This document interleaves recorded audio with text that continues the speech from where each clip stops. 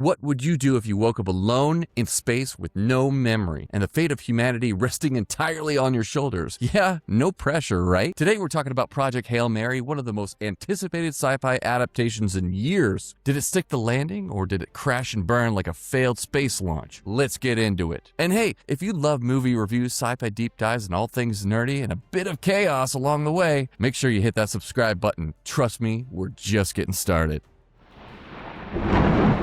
This is the way. This is the way.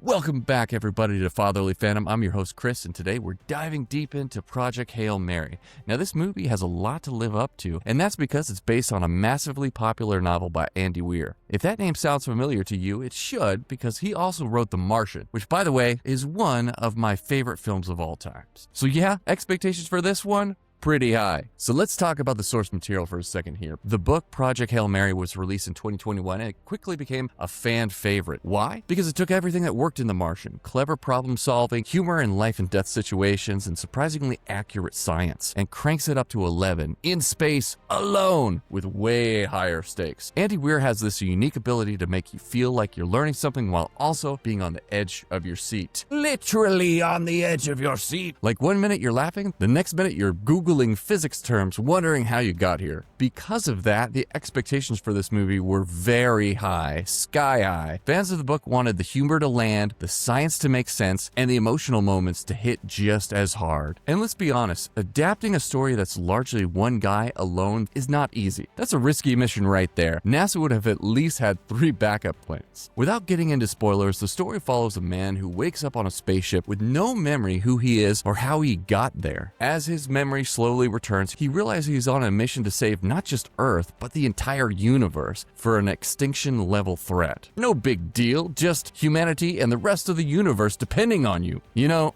typical Monday. So here's my thoughts about the movie. Ryan Gosling did a phenomenal job. And Rocky, our resident alien from another world, trying also to save his world, brought so much humanity to a character that's basically a rock. I couldn't believe it. It was captivating, it was funny, it was emotional, it took you on a roller coaster. This is a long movie, but at the same time, the pacing was perfect. The way they told the story with him remembering things throughout his space venture was perfect. I loved it. The visuals were stunning and beautiful. I feel like it lived up to the expectation of the book. It was amazing, and I love this movie so very much. So for my rating of Project Hail Mary, I'm gonna give this a 9.5 out of 10. So I give this movie 2 thumbs way up. I want to see it again. That's the hallmark of a good movie, and this is definitely one you want to. I got to see this one in IMAX with my family. It was visually stunning in IMAX. If you have a chance, go see it in IMAX and enjoy the immersive experience. So here's my final thoughts. At the end of the day, Project Hail Mary had one job: take a beloved science-heavy, character-driven story and make it cinematic. Whether it totally succeeded or not, that's up to you. I think it did. But one thing's for sure, we need more original sci-fi like this. Just smart, weird, ambitious stories that make you laugh, think, and occasionally question your understanding of astrophysics. All right, there's my review of Project Hail Mary. Now I want to hear from you. Did you love it? Hate it? Somewhere in between? Let me know down in the comments. And if you enjoyed this video, don't forget to subscribe and stick around for more reviews, breakdowns, and everything nerdy. Thanks for watching. I won't say goodbye, I'll just say,